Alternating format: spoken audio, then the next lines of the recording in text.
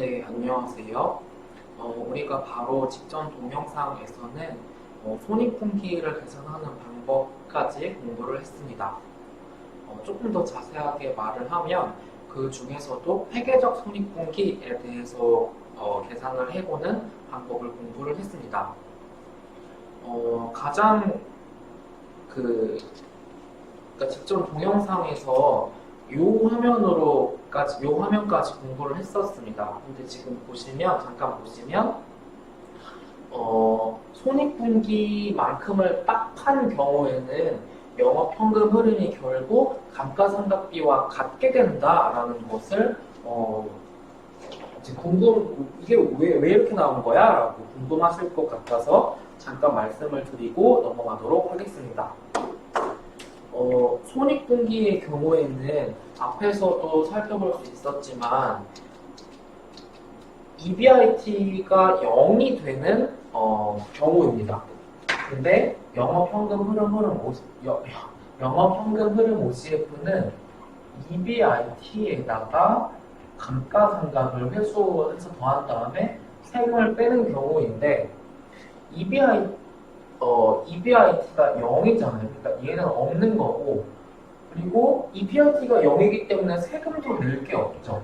그러니까 결국은 영업현금 흐름, 손익분기에서의 영업현금 흐름은 이렇게 감가상각과 같게 된다라는 것이 되겠습니다.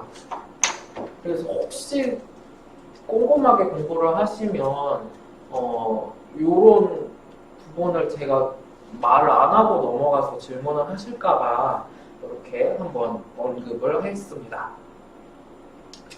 이제 그리고 우리가 앞에서 손익분기 계산을 했는데 그 손익분기 앞에 요거는 그 중에서도 손익분기 여러 버전 중에 회계적 손익분기예요 라고 제가 말씀을 드렸습니다.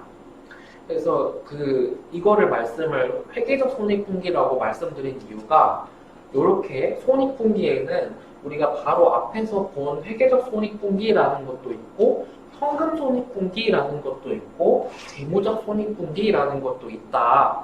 그래서 이렇게 손익분기라는 것이 여러 가지가 있기 때문에 앞에서 배운 손익분기는 그 중에서도 회계적 손익분기를 먼저 배운 것이라고 생각을 하시면 되겠습니다. 이제 추가적으로 이렇게 현금 손익분기랑 재무적 손익분기라는 것에 대해서도 이것이 각각 뭐를 의미하는지를 살펴볼 텐데요. 이제 그것에 앞서서 우선 정리를 이렇게 하고 넘어가도록 하겠습니다. 앞에서 말씀을 드린 것처럼 10단원에서도 본 것처럼 영업현금 흐름은 EBIT에 감가상각을 더하고 거기서 세금을 빼는 것입니다.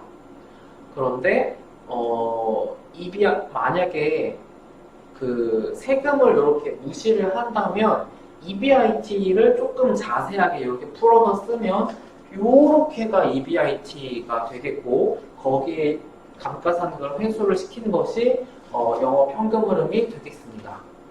그래서 요것을 지금 D가 없어지기 때문에 정리를 하면 이렇게까지 정리가 될 것이고요. 그리고 앞에 웨트웨이 세일보트 같은 경우에 한척 팔 때마다 4만 그리고 한척 팔 때 들어가는 비용이 2만. 그래서 요거를 줄여서 이렇게 단위를 그냥 1000달러 단위로 해서 표시를 이렇게 하면 요렇게가 영업현금 흐름을 계산을 해볼 수가 있겠습니다. 그래서 만약에 이렇게 여러 가지 판매량에 대해서 영업현금 흐름을 이렇게 계산을 해볼 수가 있겠습니다.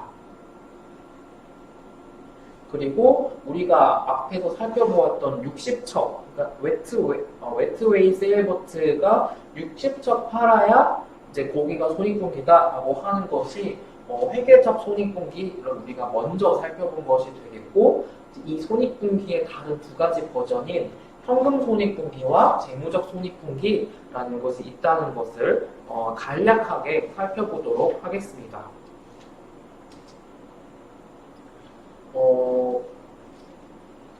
네, 그래서 요게 손익분기를 계산을 해보는 방법이었는데 그 중에 지금 보시면 어, 요거에 대해서 이렇게 써볼 수가 있을 것입니다. 그리고 이제 우리가 손익분기를 배웠던 회계적 손익분기 배웠던 것은 이미 이렇게 60척이라는 것을 계산을 해볼 수가 있겠고요. 그리고 새롭게 나오게 되는 현금 손익분기라는 거는 뭐 대단한 거 아니고 뭐를 의미를 하는 거냐면 영업 현금 흐름이 0이 되는 판매량이 바로 현금 손익분기입니다. 그래서 여기 부분이 0으로 넣고 나머지 부분을 같게 앞에 웨이로 계산을 해보면 25척을 파는 것이 현금 손익분기에 해당하는 판매량이구나 라는 것을 이야기해 주는 것이 되겠습니다.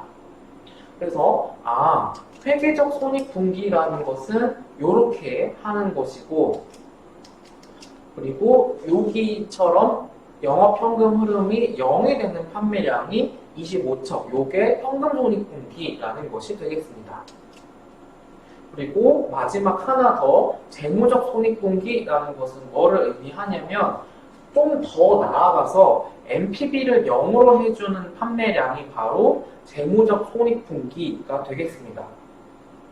그래서 앞에서 우리가 살펴본 웨트웨이 세일버트 컴퍼니를 가지고 이야기를 해보면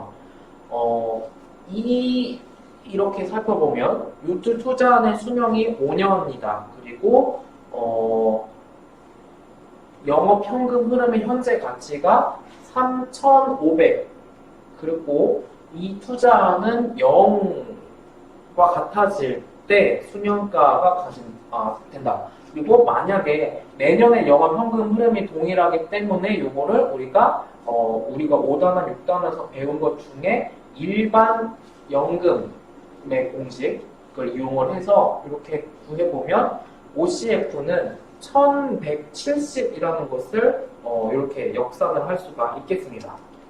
그래서 이제 이렇게 구해 놓은 OCF에다가 요 Q에다가 OCF를 위에다가 집어 넣으면 83.5척을 팔아야 한다라는 것이, 그러니까 0.5척이라는 것은 없기 때문에 최소한 84척의 요트를 팔아야 한다라는 것이 재무적 손익분기, 즉 NPV가 최소한 0이 되는 판매량이 되겠습니다. 그러니까 우리가 지금까지 살펴본 거를 정리를 해보면 가장 처음에 회계적 손익분기라는 것을 배웠고 OCF를 0으로 만드는 현금 손익분기, 그리고 NPV까지 0 이상인 것을 살펴보는 재무적 손익분기. 그래서 요거를 순서대로 한번 표시를 해보면 현금 손익분기, 회계적 손익분기, 재무적 손익분기의 순으로 이렇게 판매량이 많아져야 이제 손익분기가 된다라고 보는구나 라고 보는 것을 살펴볼 수 있었습니다. 그래서 우리가 이렇게 11.4에서 11.3에서 배운 회계적 손익분기에 더해서 현금 손익분기와 재무적 손익분기까지 살펴보았습니다.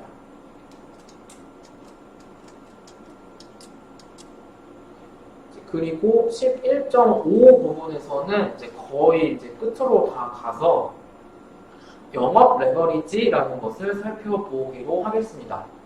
그런데 우선 여기 나와 있는 영업 레버리지보다 사실은 그냥 여기 영업 안 붙은 그냥 레버리지라고 하면 사실은 빚을 얼마나 회사가 차입을 했냐라는 것을 나타내는 표현이 레버리지라는 것이고, 이렇게 영업 레버리지를 의미를 할 때보다는 그냥 재무적인 레버리지, 재무 레버리지로 빚을 얼마나 졌나를 의미를 하는 경우가 사실은 더 많습니다. 그래서 이제 그때 말하는 레버리지는 재무적인 측면의 레버리지를 말을 하는 거고, 이제 그것과는 약간 다른 영업 레버리지라는 것이 있구나라는 것을 이 11단원 끝부분에서 살펴보도록 이렇게 하겠습니다. 그래서 영업 레버리지라는 것은 뭐를 의미를 하냐? 투자안이 고정 비용에 의존하는 정도를 영업 레버리지라고 합니다. 그래서 공장이나 시설같이 대규모로 투자가 들어가야 되는 회사야. 그러면 그러한 회사는 영업 레버리지가 높구나라고 부르게 되고, 조금 더 우리가 익숙한 표현으로 말하면 그러한 회사는 좀 자본 집약적인 회사구나, 그러는 회사라고 말을 할 수 있겠습니다. 네, 그래서 이 영업 레버리지라는 것이 어떤 것을 의미를 하냐, 만약에 그래서 영업 레버리지가 높다 그러면 판매량의 작은 예측 오차가 발생한다 하더라도 현금 흐름 측면으로는 이게 더 큰 증폭이 돼서 더 큰 효과, 예상하지 못한 측면으로 이어질 수 있다라는 것입니다. 이거를 조금 좀 와닿게 말씀을 드리면 이렇게 될 것입니다. 이 DOL이 이렇게 계산이 된다라는 것에 대해서는, 그러니까 Degree of Operating Leverage가 이렇게 계산이 된다라고 하는 것은 이거는 안 해오셔도 되고, 자 보세요. 만약에 판매량이 50였다가 75로 25, 그러니까 50분의 25니까 50%죠. 그래서 50%의 판매량 증가가 발생한다고 하자. 그러면 이렇게 판매량이 50% 증가하면 OCF, 영업현금 흐름에도 똑같이 50% 증가만 발생을 할까? 라고 하면 이 DOL이라는 것이 있기 때문에 꼭 그렇지 않다라는 것이 이 11.5에서 말하는 영업 레버리지의 핵심입니다. 판매량이 50% 증가를 한다. 그러면 이 경우에, 이 회사의 경우에는 DOL이 2라고 하자. 그러면 판매량이 50% 증가해? 그러면 DOL 2라는 것을 곱해줘서 100%의 증가. 그러니까 OCF는 정확히 100%, 2배가 된다. 그래서 판매량은 50%밖에 증가하지 않을지라도 DOL이라는 것의 증폭 효과 때문에 OCF는 100% 증가, 즉 2배가 증가를 하게 된다라는 것이 이 영업 레버리지가 말을 해주고 있는 것이라고 할 수 있겠습니다.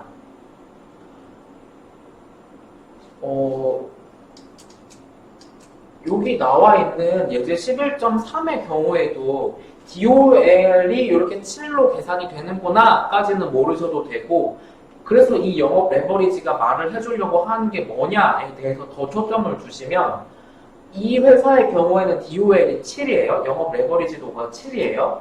그런데 판매량이 만약에 10% 증가한다 하자. 그러면 판매량이 10% 증가하면 영업현금 흐름도 10% 증가하는 거지 않을까? 라고 생각할 수 있지만 그렇지 않고, 판매량이 10% 증가해. 그런데 영업 레버리지라는 게 있기 때문에 거기 곱하기 7만큼을 해서 OCF로는 70%나 증가를 하게 된다니까? 이런 증폭 효과가 있다니까? 를 말을 해주는 것이 바로 이 영업 레버리지라는 것이 되겠습니다. 네, 그래서 우리가 가장 11.5 마지막 부분을 통해서 영업 레버리지까지 살펴보았고요. 이제 뒤에 4페이지 정도가 남아있긴 한데 크게 중요한 개념이 아니고 지금까지도 너무 많은 개념을 배우셨기 때문에 여기까지 11단원 공부하는 것으로 하겠습니다. 그러면 이번 동영상에서는 여기까지 공부하도록 하겠습니다.